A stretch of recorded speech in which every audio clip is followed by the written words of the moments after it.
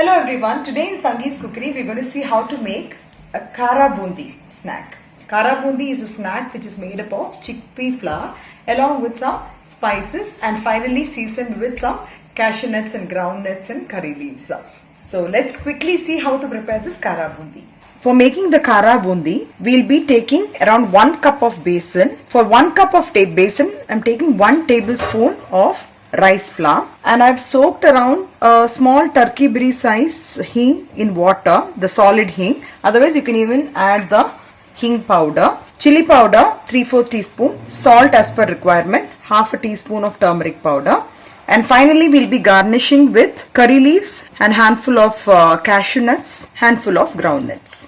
1 cup of besan, 1 tablespoon of rice flour, and I'm going to sieve it. It's always a good practice to sieve the flour so that you will get a nice smooth flour. You get the residue like this, you can discard this. Around half a teaspoon of turmeric powder, salt as per taste, and some chilli powder. I'm also adding the hing water. I'll also add about a tablespoon of heated oil, and then add some water. Mix it well so that there are no lumps. Only then you will have a free fall of the boondi. You need to make the batter in this flowing consistency. So this is the boondi plate. You can buy a boondi plate like this so that it will be a little more bigger in size. If you don't have this, you can still use this, but this will be even more comfortable so that it will not fall from the sides.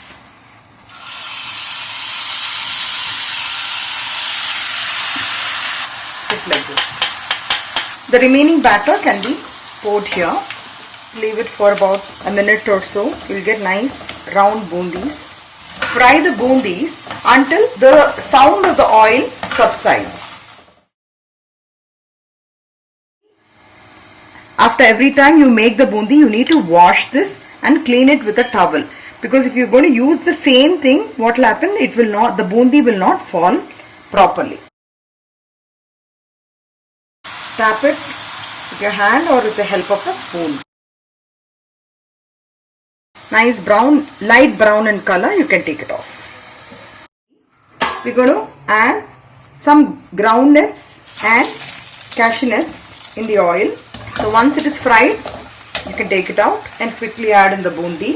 You can add anything of your choice. Few people even add the poha and they make a mixture of boondi and poha. Now finally I'm going to add some curry leaves. Just make sure that the curry leaves have been washed and dried properly, otherwise it will tend to splutter slightly. You can keep this aside. I'm going to take another half a teaspoon of red chilli powder, half a teaspoon of salt, and some hing powder. Give it a nice mix and you add it here.